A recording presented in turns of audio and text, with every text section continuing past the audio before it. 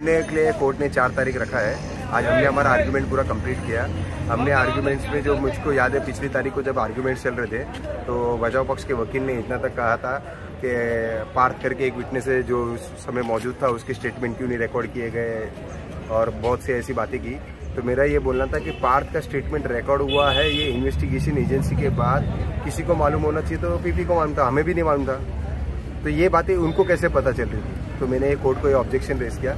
जैसे supreme court से लेके बहुत सारी लैंडमार्क जजमेंट, जो सारी जजमेंट एक ही चीज़ बोलती है कि अगर कोई भी विटनेस को टेम्पर किया जाए तो उसे बेल नहीं देना चाहिए।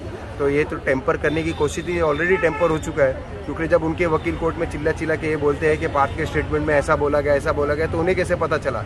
या तो पार्थ उनका ही बोला गया बंदा था जो जाके स्टेटमेंट दे रहा है। तो ये मेरा एक बहुत बड़ा ऑब्जेक्शन था। दूसरा, जो चैट रिवील्स हुई है 16 तारीख को जो इंसिडेंट हुआ, उसके बाद 17 तारीख का जो उसकी माता सीजन की माता ने अपने बेटे को चैट लिखा है, जहाँ तक मुझे याद है उस चैट में ऐसा लिखा है कि बेटा ये जो तू हर 3 महीने में हर गर्लफ्रेंड बदलता है उसके मोहम्मद नहीं कहते हैं, तो इससे तुम बाज आ जाओ, नहीं तो हमारे लिए खतरा है।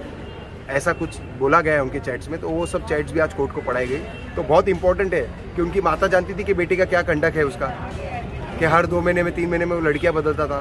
तो एक प्ले बॉय था, वो लाइफ एंजॉय कर रहा था और उसने उसी प्रकार से तुनिशा के साथ खेला जो तुनिशा को पसंद नहीं आया।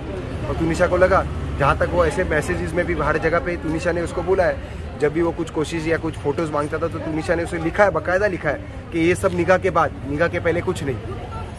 तो ये सब बातें आज कोर्ट को हमने दिखाई है। मतलब उसकी माँ के बातों से कहने के लिए कि लड़कियों के जीवन से खेल रहा था। यस, ये खुद उनकी माता के उसकी माता के चैट से दिखता है। ठीक, तो मोहन भाई 1 मिनट।